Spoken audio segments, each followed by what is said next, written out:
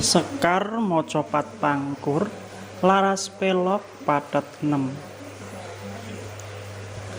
Sekar pangkur kang winarna lelabuhan kang kanggo wong urip ala lan becik puniku prayoga kawruh ana